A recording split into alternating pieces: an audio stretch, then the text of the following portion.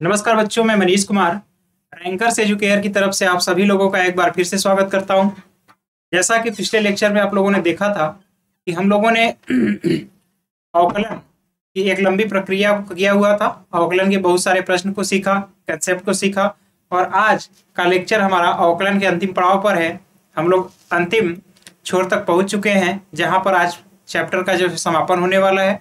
Chapter के अंत में जो आपके सिलेबस में है, दो चीजें हैं जो कि यूपी बोर्ड के सिलेबस से शायद हटा दिया गया है, लेकिन हम लोगों का एम ये है कि आपका कोई भी टॉपिक सीयूईटी के पॉइंट ऑफ व्यू से नहीं छूटना चाहिए। तो ये भी थोड़ा इंपॉर्टेंट है। और ये जो टॉपिक है हायर एजुकेशन में, यानी कि आपके हायर एजुकेशन में जब आप कभी जाएंगे तो वहाँ के लिए काफ़ी इंपॉर्टेंट हो जाता है। तो इसलिए इसको स्किप करना ज़्यादा अच्छा नहीं लगा, इसलिए हमने इस टॉपिक को भी रखा हुआ है। तो पिछले लेक्चर में आप लोगों ने देखा कि कैसे हम लोगों ने एक फलन के सापेक्ष दूसरे फलन का अवकलन ज्ञात किया था। एक फलन के सापेक्ष दूसरे फलन के अवकलन को ज्ञात किया था। आज हम लोग जो शुरुआत करेंगे वो पिछले लेक्चर में एक क्वेश्चन रह गया था जो इंपॉर्टेंट हमें दिखा, उसको मैं कराऊंगा। उसके बाद रोले का क्या प्रमेय है और मध्यमान प्रमेय क्या कहता है, इन दोनों के बीच सामंजस्य क्या है, समानता क्या है और एक्चुअल मीनिंग क्या है। रोले के प्रमेय का कहने को तो उसका स्टेटमेंट बोल दिया जाता है, बट उसके स्टेटमेंट का फिजिकल मीनिंग क्या है, वो जो है वास्तव में बताता क्या है, इस चीज को हम लोग बारीकी समझेंगे। तो आइए पहले एक क्वेश्चन देखते हैं जो पिछले लेक्चर में हमसे छूट गया था, जो कि इंपॉर्टेंट है, आपको ध्यान देना चाहिए। यहाँ पर पिछले लेक्चर से दो क्वेश्चन हम लोग करते हैं। एक क्वेश्चन ये रहा, यहाँ तक हम लोगों ने चीजों को किया था और समझा था। अब यहाँ पर देखिए एक क्वेश्चन ये कह रहा है, क्वेश्चन को अच्छे से समझिएगा। यदि किसी सी यानी कि कोई नंबर है, कोई कांस्टेंट है जो कि ग्रेटर देन 0 है यानी पॉजिटिव है, के लिए x minus a square plus y minus b square equal c square है, तो प्रूव करिए ये वैल्यू जो है ए और बी से स्वतंत्र एक स्थिर चर राशि है। अब इस क्वेश्चन को समझिए, पहले कहना क्या चाह रहा है। ए और बी से स्वतंत्र का मतलब ये हुआ, ए और बी से स्वतंत्र चर राशि का मतलब क्या है, पहले ये समझिए। ए और बी से स्वतंत्र होने का मतलब ये है, इसमें न तो ए आएगा और न ही बी आएगा। ए और बी से स्वतंत्र होने का मतलब यही है कि न तो वह वैल्यू ए पर डिपेंड करेगा और न ही वह वैल्यू बी पर डिपेंड करेगा, दोनों से वह वैल्यू अलग होगा। इस चीज को आपको समझना है। तो आइए देखिए, अब जो वैल्यू कहा जा रहा है यहाँ पर x माइनस ए का whole square Y minus B का होल स्क्वायर, तो इस टर्म का हम लोग इस पद का अवकलन करते हैं। तो देखिए ये होगा 2 टाइम्स 2, शायद यहाँ पर आपको दिख नहीं रहा होगा, इसको एक बार क्लियर कर देते हैं। इसके कलर को चेंज कर लेते हैं, फिर इसके कलर को यहाँ से चेंज कर लें। तो 2, ये हुआ 2 और ये फाइनली होगा 2 टाइम्स x माइनस ए, और फिर x माइनस ए का अवकलन करेंगे 1 होगा, plus 2 times y minus B होगा और dy अपॉन dx होगा इक्वल 0 होगा। यहाँ तक उम्मीद है कोई दिक्कत नहीं होगा। एक बार हमने अवकलन कर लिया, जो कांस्टेंट टर्म था उसका अवकलन 0 होता है। अब जो है यहाँ से देखिए 2 और 2 कैंसिल आउट होंगे और फाइनली अगर लिखा जाए dy अपॉन dx, तो आप देखिए dy अपॉन dx जब लिखा जाएगा तो ये टर्म उस साइड जाएगा, तो माइनस x माइनस ए और होल अपान में y माइनस बी, ये आपको देखने को मिलेगा। dy by d x equal minus type x minus a और होल अपान में y माइनस बी, आपको ये देखने को मिलेगा। अब जो है आपको जो प्रूवेंट है इसमें d2y by d x square भी है, यानी डबल डेरिवेटिव भी है। अब हम लोग इसी से डबल डेरिवेटिव निकालते हैं। डबल डेरिवेटिव देखिए क्या होगा, इसमें क्या करेंगे, अगर डबल डेरिवेटिव हमें निकालना है, इसका तरीका ये है कि यहाँ से आप इसको फंक्शन को ऐसे कर लीजिए d2y upon d x square. तो इसमें हर y माइनस बी है, हर पूरे अंश का अवकलन जब करेंगे, माइनस को हम इस साइड लिख लेते हैं, अंश का अवकलन 1 होगा, हर गुणे अंश का अवकलन माइनस अंश का मतलब x माइनस ए, गुणे हर का अवकलन करेंगे तो dy अपॉन डी एक्स, और total whole upon y minus B का होल स्क्वायर होगा, इस तरीके से। अब इसको थोड़ा सा सिंप्लीफाई करते हैं, तो यहाँ देखिए y माइनस बी अपनी जगह रहेगा, y minus b minus x minus a minus time x minus a है, और dy बाई dx की वैल्यू यहाँ से अब पुट करते हैं तो देखिए मिलेगा क्या, माइनस पहले से ही है तो ये प्लस हो जाएगा, x माइनस ए और whole upon y minus B होगा, होल अपान में y माइनस बी और टोटल के अपान y माइनस बी का होल स्क्वायर होगा। तो यहां तक की चीज आपको बिल्कुल क्लियर होगा कैसे हमने चीजों को किया है।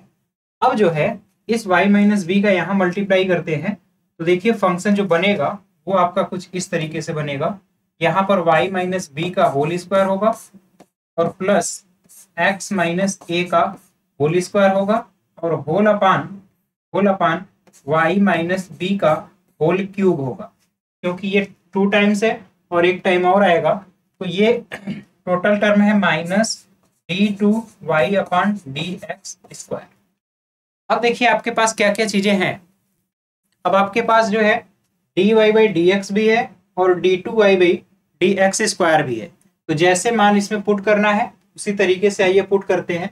तो देखिए आपको जो लिखना है 1 प्लस dy बाई dx का होल स्क्वायर करना है। तो dy बाई dx का स्क्वायर जब करेंगे तो देखिए यहाँ पर होगा x माइनस ए अपान y माइनस बी, इसका क्या होगा होल स्क्वायर हुआ।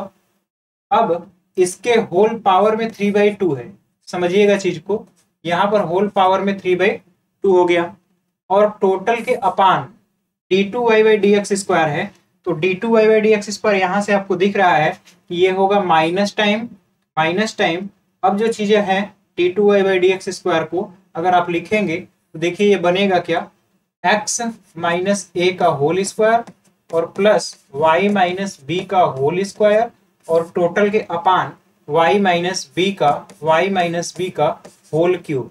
ये हुआ यहाँ तक। उम्मीद है यहाँ तक कोई समस्या नहीं होगा, यहाँ तक आप चीजों को बारीकी से समझ रहे होंगे। अब देखिए जगह कम होने की वजह से आप इसका पहले स्क्रीनशॉट ले लीजिए, इसको हम यहाँ से हटा लेते हैं, यहाँ से हम चीजों को हटा लेते हैं।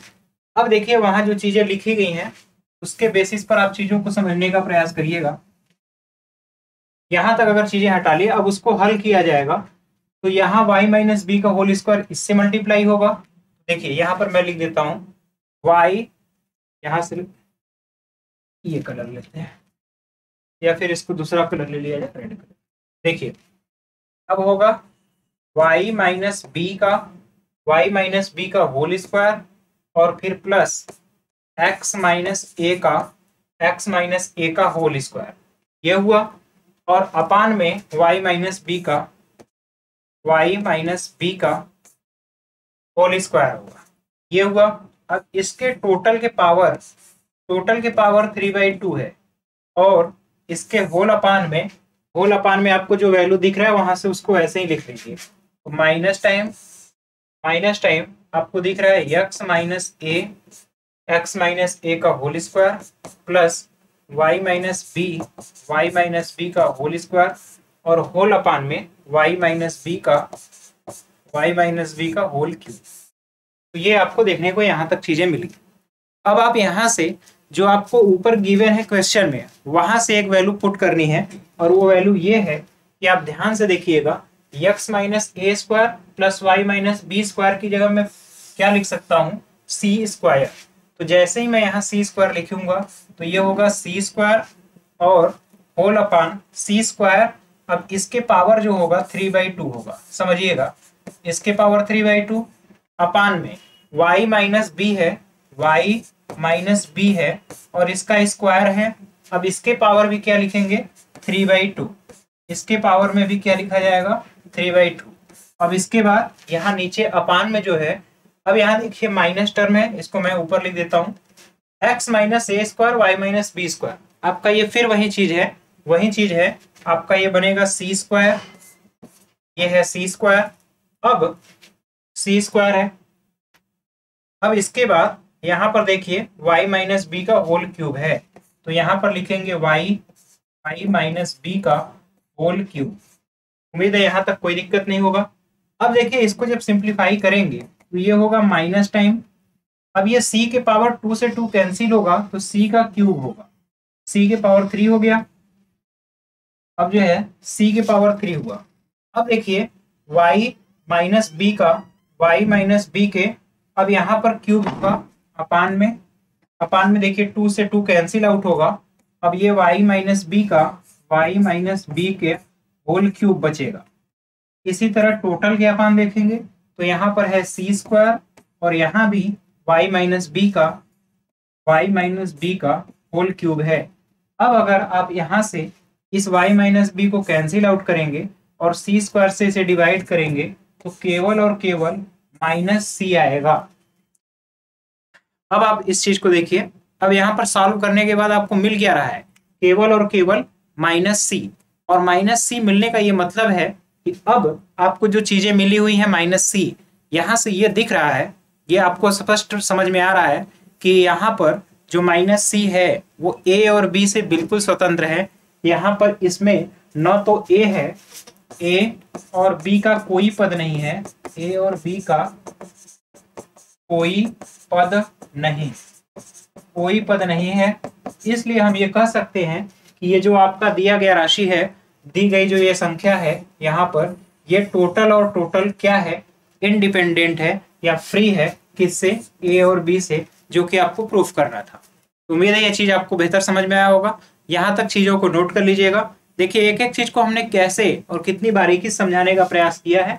आप इस चीज को ऐसे ही खुद से भी एक बार करने का प्रयास करिएगा। अब आपको यहाँ से ये चीज तो कंफर्म हो गया होगा कि कोई राशि अगर किसी से स्वतंत्र है तो इसका मतलब क्या होता है और उसमें हमें समझना क्या पड़ता है। तो यहाँ तक चीजों को नोट कर लीजिए, फिर हम लोग देखते हैं नेक्स्ट क्वेश्चन।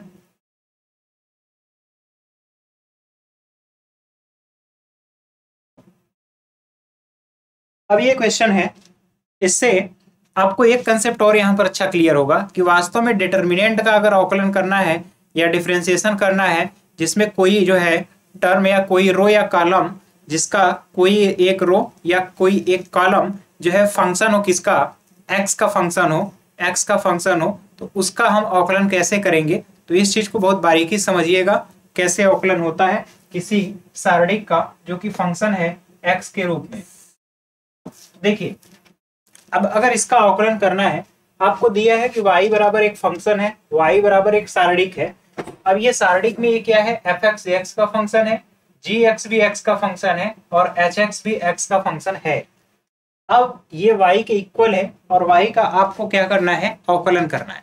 तो जैसे ही आप अवकलन करेंगे तो आपको दिखाना ये है कि पहले रो में जो फलन है केवल और केवल उसी का अवकलन होगा, बाकी को हम वैसे ही लिखेंगे। तो इसकी क्रियाविधि कैसे है, क्यों इसी को वैसे ही लिखेंगे, पहले इस चीज को समझिएगा। तो देखिए अगर ये y इक्वल है,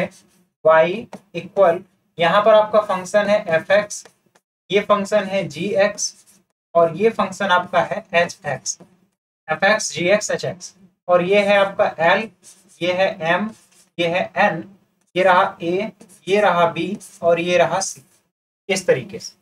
अब यहाँ पर आपको ये देखना है कि जो फंक्शन है उसका हम लोग पहले इसको सिंपल फॉर्म में कन्वर्ट करते हैं।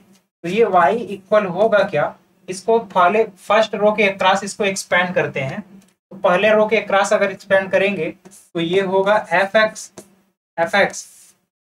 तो ये हो गया, दिस कैंसिल, ये दोनों कैंसिल होंगे। यहाँ पर होगा क्या, mc माइनस bn, ये पहला टर्म हुआ। इसी तरह माइनस होगा gx हो गया। अब जो है यहाँ से जो मिलेगा आपको क्वांटिटी lc होगा और an होगा, lc माइनस an हुआ। इसके बाद थर्ड जो है hx है तो प्लस hx होगा और यहाँ पर जो क्वांटिटी आपको मिलेगा वो lb होगा माइनस am होगा। तो lb माइनस am, आपको यहाँ तक चीजें देखने को मिली। उम्मीद है यहाँ तक कोई प्रॉब्लम नहीं होगा। अब आप यहाँ इससे देख लीजिए कि अब जो ये आपका y है वो लीनियर फंक्शन में कन्वर्ट हो गया। लीनियर फंक्शन में कन्वर्ट होने का मतलब ये है कि ये एक सिंपली लाइन के रूप में है। अब यहाँ पर जो ये क्वांटिटी ब्रैकेट में लिखी हुई है इसमें x नहीं है, तो जिसमें x नहीं होता है वो हमारे लिए कांस्टेंट होता है।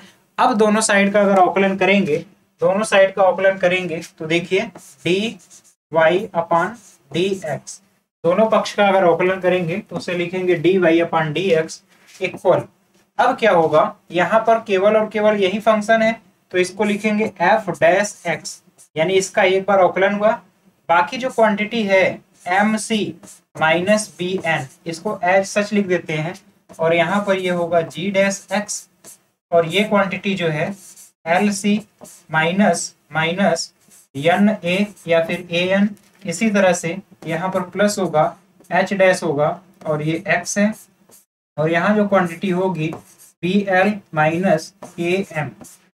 अब ये क्वांटिटी आपको देखने को मिली, दोनों पक्षों का हमने अवकलन कर लिया। अब अगर आप जो ये प्रूव करने वाला है इसके दोनों साइड को ओपन करेंगे, आप यहीं से करिएगा तो देखेंगे, आप पाएंगे यहाँ पर कि अगर इसे ओपन किया जाए या एक्सपेंड किया जाए तो dy/dx के उस साइड वाला एक्सपेंड करेंगे तो f'(x) ये हुआ।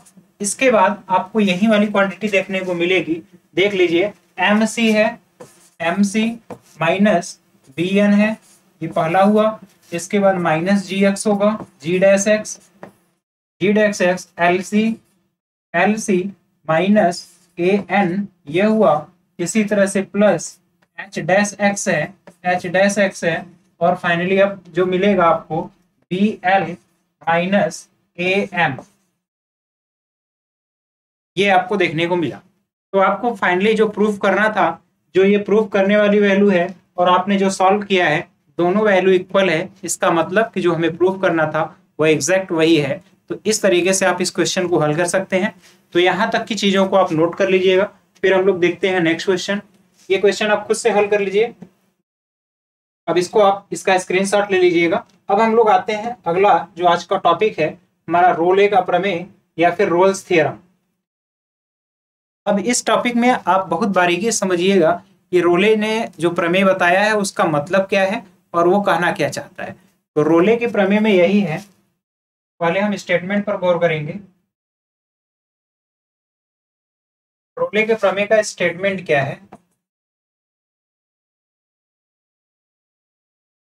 स्टेटमेंट ये है कि कोई एक फलन है, फंक्शन है, और वो फलन, पहली बात है कि एक लिमिट दिया गया है, एक इंटरवल दिया गया है। इफ अ फंक्शन, यदि एक फलन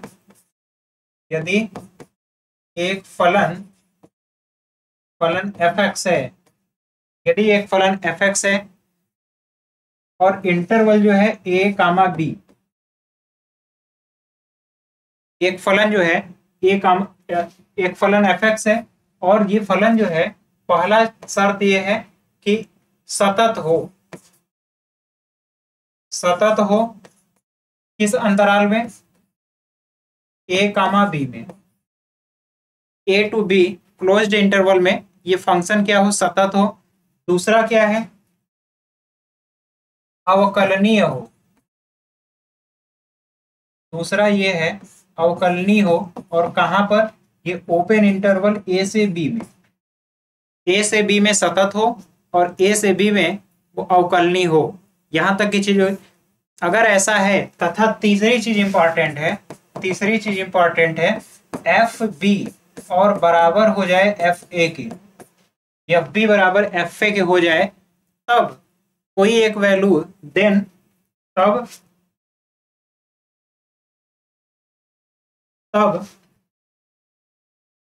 कोई एक मान, ये कम से कम है, कोई एक मान c जो कहाँ बिलोंग करेगा? जो बिलोंग करेगा a और b के बीच में। a और b के बीच में कोई एक ऐसा पॉइंट होगा, एक ऐसा मान होगा जहां पर f'(c) किसके बराबर होगा? 0 के बराबर होगा। ये कहने का मतलब है। अब इस चीज को एक बार फिर से समझिएगा। रोले का जो स्टेटमेंट है वो क्या है कि कोई एक फलन है, वो कहाँ सतत हो? a और b एक इंटरवल है, उस इंटरवल में सतत हो, कहीं पर भी ब्रेक ना हो। पहली शर्त ये है। दूसरी शर्त ये है कि अवकलनीय हो।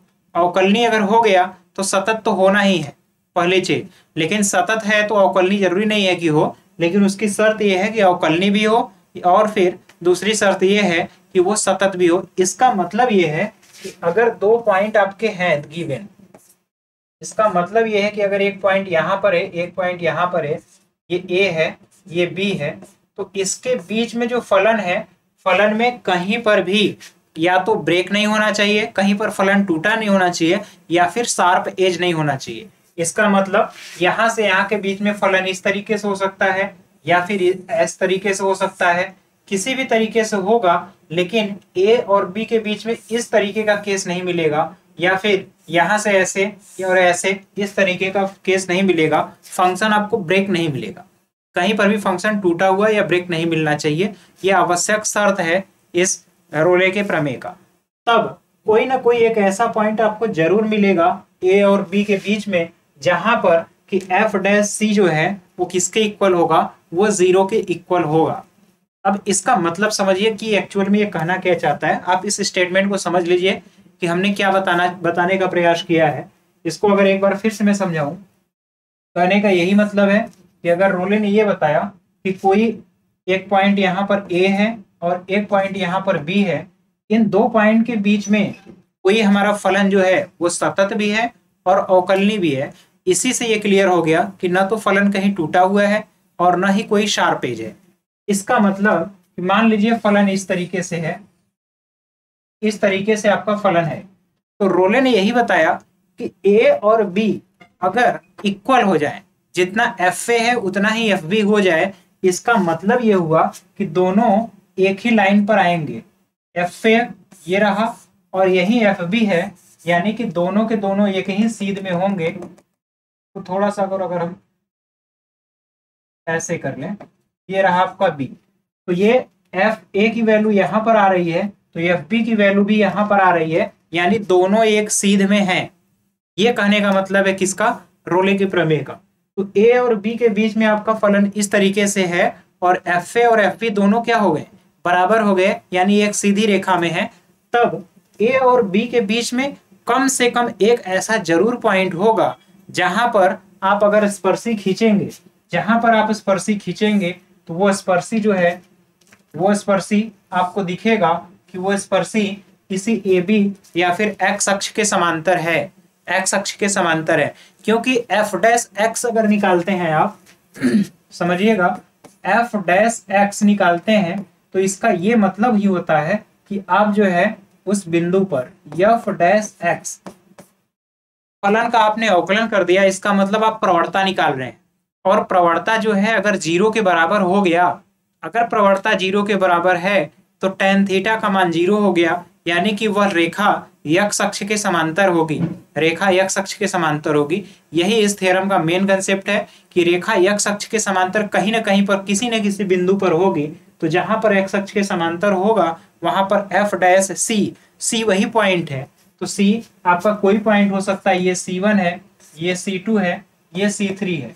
तो इस ग्राफ में आपको दिख रहा है कि ये 3 पॉइंट पर, 3 ऐसे पॉइंट मिले हैं ए और बी के बीच में जहां पर एफ डैश सी जो है 0 है। लेकिन रोले ने कहा कि कम से कम एक तो पॉइंट जरूर मिलेगा। आपका अनेक पॉइंट मिल सकता है, लेकिन कम से कम एक ऐसा पॉइंट जरूर होगा जो इस कंडीशन को सेटिस्फाई करेगा। यही आपका रोले का प्रमेय है। तो इस चीज को आप नोट कर लीजिएगा, रोले के प्रमेय को। एक बार मैं और इसका जियोग्राफिकल इंटरप्रिटेशन या जियोमेट्रिक इंटरप्रिटेशन बताता हूं कि इसका जियोमेट्रिक इंटरप्रिटेशन फिर से क्या है। आप इसका स्क्रीनशॉट ले लीजिए। देखिए, रोले के प्रमेय का एक बार मैं और जियोमेट्रिकल इंटरप्रिटेशन बताता हूं। जियोमेट्रिकली कहने का ये तात्पर्य है कि अगर यहां पर आप अगर एक एक्सिस ले लीजिए इस तरीके से, ये आपका रहा एक्स एक्सिस और ये रहा आपका वाई एक्सिस। तो रोले का यही प्रमेय ये कहता है कि अगर आपका एक पॉइंट यहां पर हो जाए ए, यहां x बराबर a है और यहां कहीं पर x बराबर b है, और यहां पर जो वैल्यू होगा आप जानते ही हैं, यहां पर जो वैल्यू होगा इसको हम बोलेंगे एफ ए। ये वैल्यू आपकी एफ ए है जो कि y के बराबर है। ठीक, ये पॉइंट आपका है a और ये वाला पॉइंट है आपका b, और यहाँ पर जो y की वैल्यू आएगी उसे हम कहेंगे, अगर दूसरे कलर से मैं दिखा दूं, और अगर इस पॉइंट को आप इस तरीके से बढ़ाते हुए आ रहे हैं और यहाँ पर जो मिल रहा है उसे कहेंगे एफ बी, और दोनों आकर के एक ही पॉइंट पर यहाँ पर कोइंसाइड कर रहे हैं। इसका मतलब ये है कि एफ ए और एफ बी दोनों के दोनों क्या है, इक्वल है। एफ ए और एफ बी दोनों के दोनों इक्वल है, इसमें कोई डाउट नहीं है। यहां तक की पहली कंडीशन है। अब इसके बाद उन्होंने कहा कि आप ए से बी तक किसी भी तरीके से जाइए, बस ये शर्त है कि कहीं पर आपको रुकना नहीं है और कहीं पर भी शार्प एज नहीं होना चाहिए। तो अगर कोई भी यहां से यहां पर जाएगा तो बहुत सारे तरीके हैं, इस तरीके से भी पहुंच सकता है, इस तरीके से भी जा सकता है। अब यहाँ पर बहुत सारे तरीके हैं, इस तरीके से भी। अब इन सारे तरीकों में आप ध्यान से देखेंगे तो कम से कम एक ऐसा जरूर पॉइंट होगा जहां पर अगर हम स्पर्शी खींचें, देखिए यहां पर अगर आप स्पर्शी खींचेंगे, इसको अगर दूसरे कलर से दिखाएं, यहां पर अगर आप स्पर्शी खींचेंगे तो एक्स अक्ष के समांतर, यहां पर आप खींचेंगे एक्स अक्ष के समांतर, इस पॉइंट पर भी खींचेंगे एक्स अक्ष के समांतर, नीचे भी अगर कोई पॉइंट है वहां पर भी एक्स अक्ष के समांतर, यहाँ भी समांतर, यहाँ भी। तो बहुत सारे पॉइंट होंगे जो कि एक्स अक्ष के समांतर होंगे, लेकिन अगर बहुत सारे नहीं तो अगर इस नियम को पालन करता है कोई फलन तो कम से कम एक तो ऐसा पॉइंट जरूर होगा। अब देखिए एफ डैश एक्स का मतलब क्या है, एफ डैश एक्स का मतलब ये है कि उस बिंदु पर हमने फलन का अवकलन कर दिया, और किसी फलन का अवकलन किसी बिंदु पर करते हैं तो वह फलन का उस बिंदु पर प्रवणता, स्पर्शी की प्रवणता को बताता है। इस चीज को आप लोग जब आगे हम लोग देखेंगे इसके अनुप्रयोग में तब आपको समझ में आएगा कि इसका एग्जैक्ट करने का क्या मतलब है। तो वहां पर एक बार चीजें फिर से हम वहां पर इलेबोरेट करेंगे। बहरहाल यहाँ पर आप बस यहाँ ध्यान रखिए कि एफ डैश, अब एक्स कोई भी पॉइंट हो सकता है तो उसको लिखेंगे सी, और ये किसके इक्वल होगा, 0 के इक्वल होगा। यही कंडीशन आपकी जो कहलाती है रोले का प्रमेय कहलाता है। अब इसी रोले के प्रमेय से थोड़ा सा अलग, थोड़ा सा बस अलग है, इसी जो आपको दिख रहा है ये प्रवणता, इसी प्रवणता को दूसरे फॉर्म में अगर लिख दिया जाता है तो उसी को हम लोग बोलते हैं मध्यमान प्रमेय। उसी का दूसरा नाम, रोले के प्रमेय का दूसरा नाम ही है मध्यमान प्रमेय।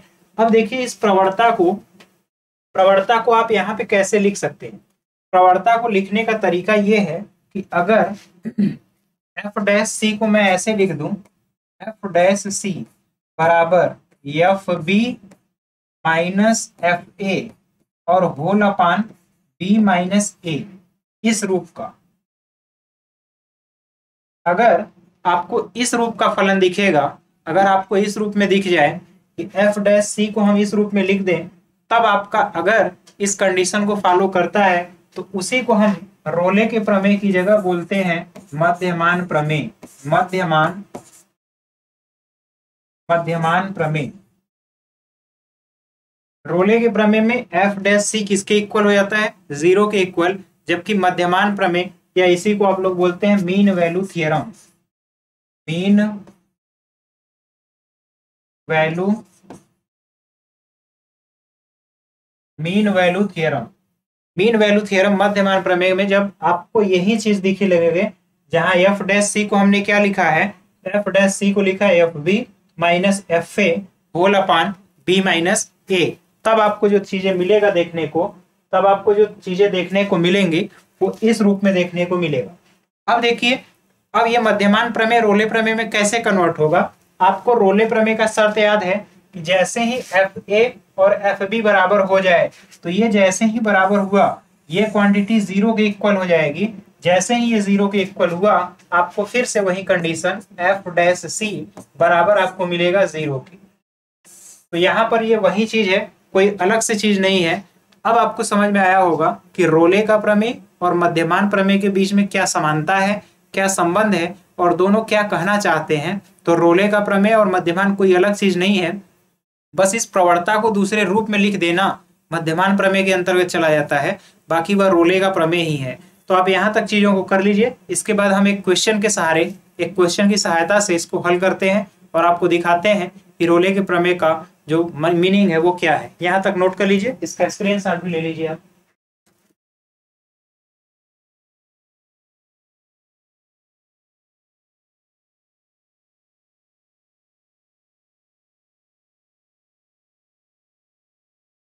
ये अगर आगे देखा जाए,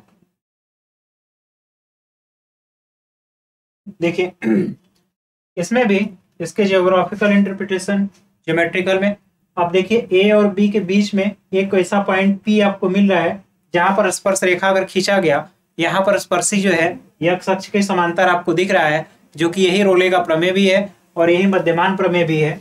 इस तरीके से आपको देखने को मिल रहा है। यहाँ पर देखिए आपको 3 पॉइंट मिल रहा है, एक पॉइंट पी है, एक पॉइंट क्यू है और एक पॉइंट आर है, जिस पर कि स्पर्शी, आप ध्यान से देखिए तो वह एक्स अक्ष के समांतर आपको देखने को मिल रहा है। यही तो आपका रोले का प्रमेय है। अब देखिए यहाँ पर ये कंडीशन फॉलो नहीं होगा। क्यों नहीं फॉलो होगा? क्योंकि जो हमने कहा था रोले के प्रमेय की कंडीशन ये है कि f B minus F a या फिर ए और बी के बीच में फलन जो है वो सतत भी होना चाहिए और अवकलनी भी होना चाहिए। देखिए यहाँ पर फंक्शन आप ध्यान से जब देखेंगे तो आपको दिखेगा या समझ आएगा कि यहाँ पर ये फलन थोड़ा सा ब्रेक है, यहाँ पर फलन जो है थोड़ा सा ब्रेक है, ये इस तरह से जा करके फलन इस तरीके से है, तो यहाँ इसके बीच में एक इंटरवल मिल रहा है। तो ए और बी के बीच में जो फलन है वो सतत नहीं है। तो जैसे ही सतत नहीं होगा तो ये इस लॉ को फॉलो नहीं करेगा, इस लॉ को फॉलो नहीं करेगा, इस नियम का यहाँ पर वायलेशन होगा। तो इस चीज को आप ध्यान में रखिएगा। ये तभी शर्त है कि जब इसके ए और बी के बीच में फलन सतत भी हो और अवकलनी भी हो। अब देखिए इसी को मध्यमान प्रमेय या फिर इसी को Lagrange theorem, mean value theorem या मध्यमान प्रमेय को ही लैग्रेंज थ्योरम या लैग्रेंज प्रमेय भी बोला जाता है। और यहाँ पर आपको ध्यान से दिख रहा होगा, ध्यान देंगे कि ये वही चीज है। देखिए कहा है कि यदि अंतराल ए बी में फलन क्या हो, पहली चीज है कि अवकलनी हो और दूसरा चीज है कि सतत हो, यानी ए और बी के प्रत्येक बिंदु पर स्पर्श रेखा खींची जा सकती हो। तो स्पर्श रेखा खींचे जाने का मतलब ही है कि वहां पर क्या होगा, खींचे जाने का मतलब ही है कि वहां पर वो प्रवणता को दिखाएगा। तो देखिए प्रवणता को ही ये दिखा रहा है एफ बी माइनस, जो कि मीन वैल्यू थ्योरम में मध्यमान प्रमेय में लिखा जाता है F B minus F A whole upon B minus a. ये किसको दिखा रहा है? ये प्रवणता को ही दिखा रहा है। ये आपका एक तरह से प्रवणता है और ये प्रवणता में जैसे ही f B minus F a 0 के बराबर होगा, आपकी प्रवणता जो है एक्स अक्ष के समांतर हो जाएगी, रेखा एक्स अक्ष के समांतर आपको दिखेगी। तो इसीलिए अब यहाँ पर देखिए तभी ये कहा जा रहा है कि इसके बीच में कोई ना कोई एक ऐसा पॉइंट होगा जहां पर कि अवकलन करेंगे तो वो एफ डैश सी के बराबर आएगा। तो इसी चीज को ये मध्यमान प्रमेय भी कहता है और यही रोले का भी प्रमेय है। तो यहाँ तक की चीजें तो हम पहले भी क्लियर कर चुके हैं। आइए अब हम एक क्वेश्चन से यहाँ पर रोले के प्रमेय को प्रूफ करने का प्रयास करते हैं। तो देखिए लिखा है कि एफ एक्स बराबर x cube minus 5x square minus 3x के लिए अंतराल भी दिया है 1 से 4 में मध्यमान प्रमेय को सत्यापित करना है कि मध्यमान प्रमेय है। तो देखिए मध्यमान प्रमेय कहता क्या है? मध्यमान प्रमेय ये कहता है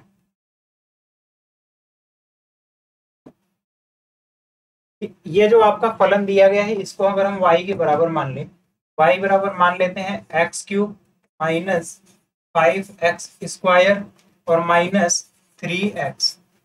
इसके लिए अंतराल कितना है आपका? 1 से 4 के बीच। ए और बी जो आपको गिवन है वो कहां से कहां तक है?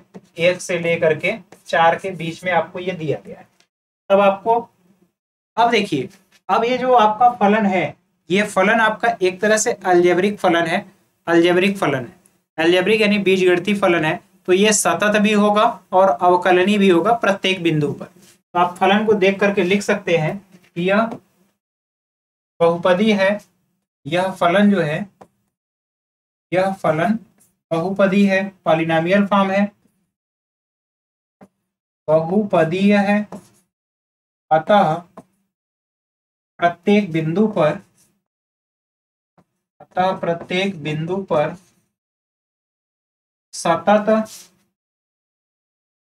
सतत व अवकलनीय होगा।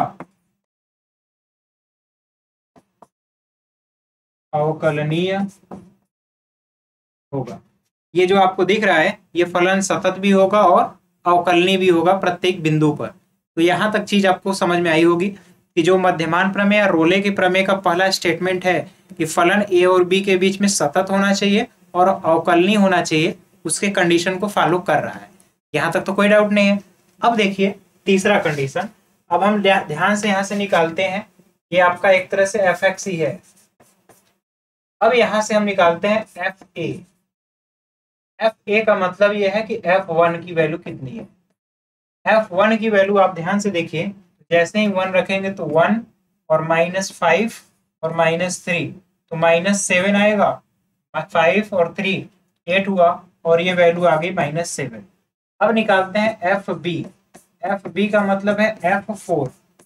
F4 का मतलब है यहाँ पर जब रखेंगे तो 4 चौका 16 चौका 64 होगा, -5 इंटू यहाँ पर 16 होगा 3 होगा, -3 इंटू 4। अब देखिए ये 64 हुआ, -80 होगा और -12 होगा। अब यहाँ से देखिए ये होगा 92, तो ये हुआ 64 -92, तो आपको मिलेगा वैल्यू 92। अब देखिए अब यहाँ पर अगर सब्ट्रैक्ट करेंगे तो 92 में से 64 जब आप सब्ट्रैक्ट करेंगे तो यहाँ 12 में से 4 गया 8 बचेगा और यहाँ 8 में से 6 गया 2, यानी 28। तो 28 बचा, तो ये हुआ -28। यहाँ तक तो कोई दिक्कत नहीं है, हमने एफ बी भी निकाल लिया और एफ ए का भी निकाल लिया। अब हम जो मीन वैल्यू थियरम है उसको करते हैं। देखिए मीन वैल्यू थियरम में कहा क्या जाता है कि यहाँ पर कोई ना कोई एक एफ डैश सी होगा। अभी हम एफ डैश सी को बाद में निकालेंगे, जो किसके इक्वल होगा, जो कहा जा रहा है, कहा जाता है कि f B minus F a और whole upon B minus a इसके बराबर होता है। तो आइए देखिए एफ बी की वैल्यू कितनी है, -28 है, -28 और माइनस एफ ए की वैल्यू, एफ ए की वैल्यू -7 है तो ये +7 होगा, अपान बी माइनस ए, तो बी की वैल्यू कितनी है 4 और -1 करेंगे तो यहाँ पर 3 होगा। अब देखिए 28 में से 7 गया तो 21, यानी -21 अपान 3 होगा, तो ये -7 आया। ये -7 आपको दिख रहा है। अब हम एफ डैश सी निकालने जाते हैं कि एफ डैश सी एक्चुअल में है क्या। तो आप यहां से इसका अवकलन कर दीजिए।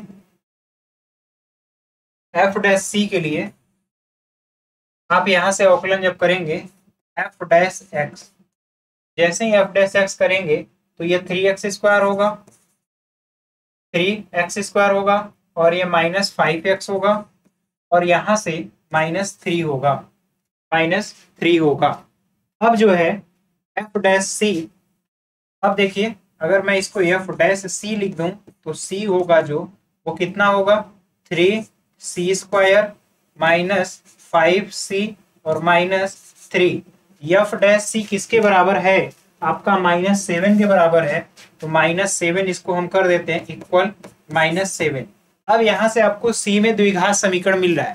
अब यहाँ से सी का मान निकालिए, वो देखिए 1 और 4 के बीच में ही आएगा, उसका मान 1 और 4, क्योंकि सी जो है इसी के बीच में लाई करता है। तो आइए पहले इसको हल करते हैं। तो देखिए ये आपका जो द्विघात समीकरण बनेगा 3c² -5c, ये -7 इधर आएगा तो +7 हो जाएगा, तो +4 हुआ और equal 0।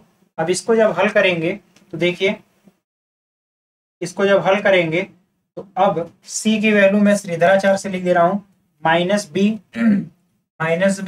Plus minus √b², b² 25 है, b² -4 time ac, 4ac, 4 into a की वैल्यू 3 है और c की वैल्यू 4 है, 4 इंटू a की वैल्यू 3 है और c की वैल्यू 4 है। कहीं ना कहीं ये मिस्टेक हो रहा है, b² 25 होगा, यहां से इसको हटा लेते हैं पहले, एक बार फिर से चेक कर लीजिए। यहाँ पर जो c की वैल्यू एफ डैश सी है -7 है, तो एफ डैश सी जब आप करेंगे तो 3x² -5x और -3 होगा, -3 होगा। अब यहाँ से 3c² -5c और माइनस, और जब -7 इक्वल है एफ डैश सी इक्वल -7 है, इस साइड आएगा तो +7 होगा, तो +4 हुआ। अब यहाँ से सी की वैल्यू आप देखेंगे तो सी की वैल्यू अगर बी स्क्वायर -4ac देखा जाए, बी स्क्वायर -4ac तो बी की जगह क्या है 5 यानी 25 -4 टाइम ए और सी चाहते हैं 12। तो यहाँ पर थोड़ा सा कहीं ना कहीं मिसप्रिंट हो रहा है। इसको एक बार फिर से हम चेक कर लेते हैं। पहले इसको देख लेते हैं। ए हमने देख लिया। अब आपको दिखाना है मध्यमान प्रमेय के लिए एफ डैश सी को अगर हम 0 के इक्वल दिखा लेते हैं, ये एफ ए हो गया, एफ बी हो गया, एफ सी, तो एफ डैश सी की वैल्यू जो है 7 आई है, और एफ डैश सी की वैल्यू 7 अगर आया है तो यहाँ से एफ डैश हमने सी निकाल लिया और यहाँ -7 के इक्वल किया है 4 -1 जो है 3 के इक्वल होगा, और 3 के इक्वल होगा तो आपका minus f B minus F a करेंगे तो -7 ही आएगा, यहाँ पर कहीं ना कहीं थोड़ा बहुत मिसप्रिंट हो रहा है। अब आप इसको जब ध्यान से करेंगे, हल करेंगे, तो यहाँ से सी की जो वैल्यू आएगी वो आपको दिखेगा कि ए और बी के बीच में ही है, ये अलग नहीं है। यहीं से आपको चीजें देखने को मिलेंगे। तो यहाँ इस चीज को आप खुद से भी कर लीजिएगा, खुद से कर लीजिए, इसका स्क्रीनशॉट ले लीजिए। फिर हम लोग नेक्स्ट क्वेश्चन एक और इसी बेसिस पर देखते हैं। इसको यहाँ से हटा देते हैं। देखिए यहाँ एक फलन और दिया हुआ है, इसके लिए हम देखते हैं कि क्या वास्तव में ऐसा जो हमने कहा है उस प्रूफ को, ये चीज को, प्रूफ को दिखाता है या नहीं दिखाता है। देखिए यहाँ पर आपका जो फलन है एफ एक्स जो दिया गया है, एफ एक्स आपका है x² + 2x - 8, और x जो बिलोंग कर रहा है, x का जो इंटरवल है वो -4 से लेकर के 2 के बीच में है, यानी ये a की वैल्यू है, ये b की वैल्यू है। तो ये देखिए बहुपदी फलन है, तो बहुपदी फलन जो है सतत भी होगा। बहुपदीय फलन सतत व अवकलनीय होगा। जो बहुपदी फलन है वो सतत भी होगा और क्या होगा, अवकलनीय भी होगा। इसके लिए अब हम देखिए क्या करते हैं। आपको फलन दे दिया गया, तो अब पहले यहाँ से एफ ए की वैल्यू निकालिए।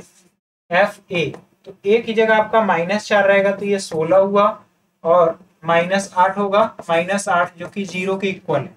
इसी तरह एफ बी जब हम निकालेंगे तो बी की जगह 2 रखेंगे तो ये 4 हुआ, +4 होगा, और -8 0 के इक्वल है। यानी आपको रोले का प्रमेय जो दिख रहा है, 3 स्टेटमेंट होते हैं। पहले स्टेटमेंट में आपका सतत होना चाहिए, दूसरे स्टेटमेंट में अवकलनीय होना चाहिए, और तीसरे स्टेटमेंट में होता है एफ बी बराबर एफ ए के होना चाहिए, और जो कि है दोनों 0 के इक्वल है। तब आपका रोले का प्रमेय कहता है कि एफ डैश सी ऐसा होगा जो कि 0 के इक्वल होगा, एफ डैश सी एक ऐसा होगा जो 0 के इक्वल होगा। तो आइए यहाँ से पहले देखते हैं एफ डैश एक्स क्या होगा। तो एफ डैश एक्स जब निकालेंगे तो ये होगा 2x + 2 होगा। अब हम निकालते हैं एफ डैश सी, यानी कि ये 2c और प्लस 2c + 2 हुआ। अब ये कहा जाता है रोले के प्रमेय में कि c एक ऐसी वैल्यू होगी जिसके लिए एफ डैश सी 0 के बराबर होगी। तो अगर एफ डैश सी इक्वल 0 है तो यहाँ से आप c की वैल्यू निकालेंगे तो 2c बराबर -2, तो c की वैल्यू जो आएगी -1 के इक्वल आएगा। c की वैल्यू जो आया है -1। अब आप ध्यान से देखिए, ये c की जो वैल्यू है, क्या यह इसी इंटरवल में आ रहा है? क्या यह इसी इंटरवल में आ रहा है जो आपका दिया गया है -4 से -2? जो आपका -4 है, ये -4 है, और यहाँ पर 2 है, तो इसके बीच में कहीं -3 होगा, -2 होगा, -1 होगा, और इसके बाद 0 होगा, फिर 1 होगा, फिर 2। तो देखिए -1 इसी इंटरवल में आ रहा है, इसी के बीच में ही कहीं ना कहीं लाई कर रहा है, इसलिए यह रोले के प्रमेय को बिल्कुल प्रूफ करता है। तो आपको रोले के प्रमेय में यही दिखाना है कि कोई ना कोई एक ऐसा पॉइंट होगा, कोई ना कोई एक ऐसा पॉइंट होगा जहां पर एफ डैश सी जो है 0 के बराबर होगा। तो इस चीज को यहां तक नोट कर लीजिए। इसी तरह सभी क्वेश्चन को आपको ध्यान से करना है। पहले आपको दिखाना क्या है कि जो फलन है वो सतत है और दूसरी बार वो अवकलनीय है। पहले ये, फिर उसके बाद एफ बी और एफ ए का मान निकाल लीजिए और उसको दिखा दीजिए कि वह 0 के बराबर आ रहा है। सॉरी, एफ बी और एफ ए जब जैसे ही बराबर होगा तो रोले के प्रमेय से एफ डैश एक्स निकाल करके एफ डैश सी रखिए और उसे 0 के बराबर करिए और वहां से सी की वैल्यू निकालिए और सी की वैल्यू जो है आपका वो लाई कहाँ करेगा, वो सी की वैल्यू उसी इंटरवल में, जो इंटरवल आपको दिया गया है उसी में लाई करेगा। तो यहां तक इसका स्क्रीनशॉट ले लीजिए, फिर हम लोग नेक्स्ट क्वेश्चन देखते हैं।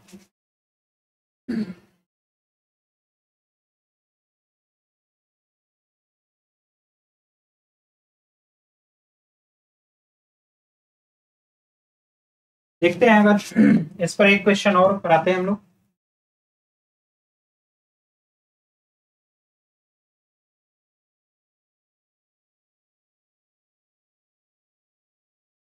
एक क्वेश्चन जो छूटा हुआ था, पहला क्वेश्चन था, उसको हम लोग फिर से करने का प्रयास करते हैं जहां पर कहीं पर गलती हो रहा था। यहाँ पर रोले था, ये मध्यमान प्रमेय के लिए था। तो एक बार मैं फिर से इसको ट्राई करता हूं।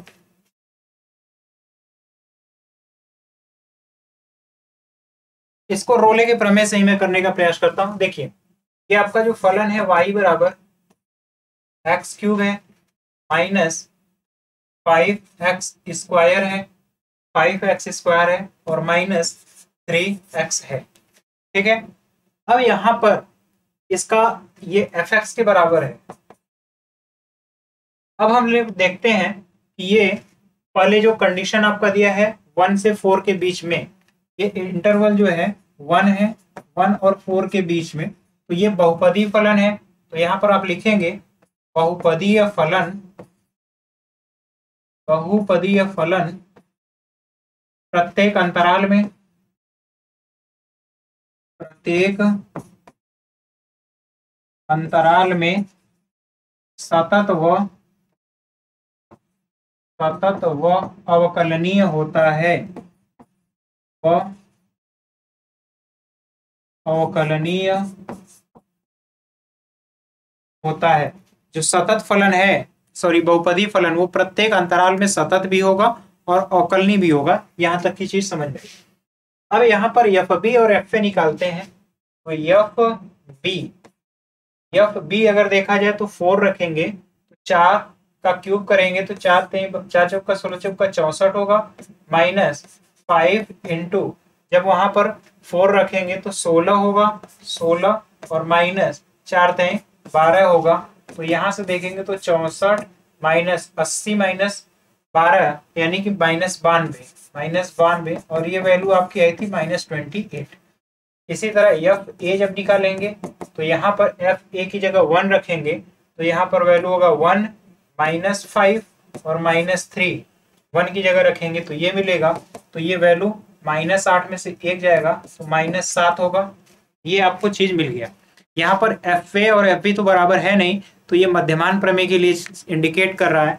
तो मध्यमान प्रमेय यही कहता है कि एफ डैश सी, कोई ना कोई एक सी ऐसा जरूर होगा, एफ डैश सी, जो कि इक्वल होगा किसके लिए इक्वल होगा। अब यहाँ पर हम देखते हैं f dash c such that f B minus F A whole upon B minus a के इक्वल है। तो सी इस कंडीशन को फॉलो करेगा और ए और बी के बीच में ही होगा। तो यहाँ से एफ डैश सी निकालते हैं। तो एफ डैश एक्स क्या होगा पहले ये देखते हैं।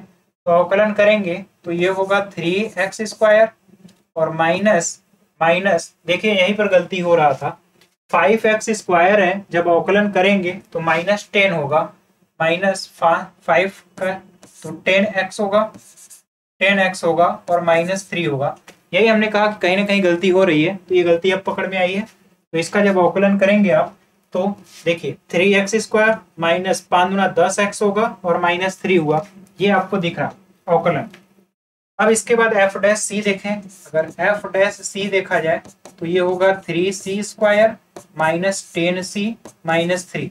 तो एफ डैश सी यहां से निकालते हैं किसके बराबर आ रहा है, एफ डैश सी बराबर एफ बी की वैल्यू देखिए अगर तो ये है माइनस 28 माइनस एफ ए की वैल्यू माइनस प्लस हो जाएगा 7 अपान बी माइनस ए करेंगे तो 4 माइनस 1, तो यहाँ पर आपको दिखेगा -21 अपान 3, तो यहाँ से -7 आया। अब हम यहाँ पर एफ डैश सी को इक्वल करेंगे -7 के। अब जो आपको इक्वेशन मिलेगा वो मिलेगा 3c² -10c और यहाँ पर +4 और इक्वल 0। अब यहाँ से आपको c का मान निकालना है और यहाँ से जो c की वैल्यू आएगी वह 1 और 4 के बीच में ही लाई करेगा। तो आइए देखते हैं क्या एग्जैक्ट ऐसा होता है। तो यहाँ पर अगर आप श्रीधराचार्य से करेंगे तो देखिए c की वैल्यू को श्रीधराचार्य से करते हैं -b, तो -b की जगह से +10 होगा, -b plus minus √b square की जगह 100 होगा, -4ac 4 ये हो गया और ac 4 × 12 होगा और 12 × 48 होगा टोटल, इतना हो गया और whole upon -b plus minus √b² -4ac upon 2a। 2 times a जब करेंगे तो 2 और 3 का गुणा होगा तो 2a का मतलब 6 ये हुआ। अब आप यहाँ पर इसको हल करेंगे तो देखिए ये 10 हुआ और प्लस माइनस और √ ये 52 होगा, √52 हुआ। इसको अगर अच्छे से और लिखा जाए तो ये √52 होगा और होल अपान 6 हुआ, होल अपान 6 हुआ। अब यहां से अब आप ध्यान से देखेंगे तो ये √52 जो है 7 से थोड़ा सा बड़ा होगा, 7 से थोड़ा सा, क्योंकि 7 का स्क्वायर 49 होता है। तो 7 से इसकी जगह अगर 7.5 अप्रॉक्स मान लेते हैं तो ये आपका वैल्यू होगा 10 और प्लस माइनस 7.5 और होल अपान 6। अब यहां से अगर आप ध्यान से देखेंगे तो 10 में से अगर ये वैल्यू सब्ट्रैक्ट करेंगे 7.5 तो ये 2.5 होगा अपान 6, तो 2.5 अपान 6 करेंगे और यहाँ पर प्लस भी करेंगे तो देखिए ये जो वैल्यू आएगा प्लस करने पर मान लेते हैं अगर ये 8 के बराबर आ रहा है, अगर 8 भी मान लेते हैं तो 10 में से एक वैल्यू आएगा 2/6 और जब यहाँ पर प्लस करेंगे तो 18/6 यानी 3 आएगा।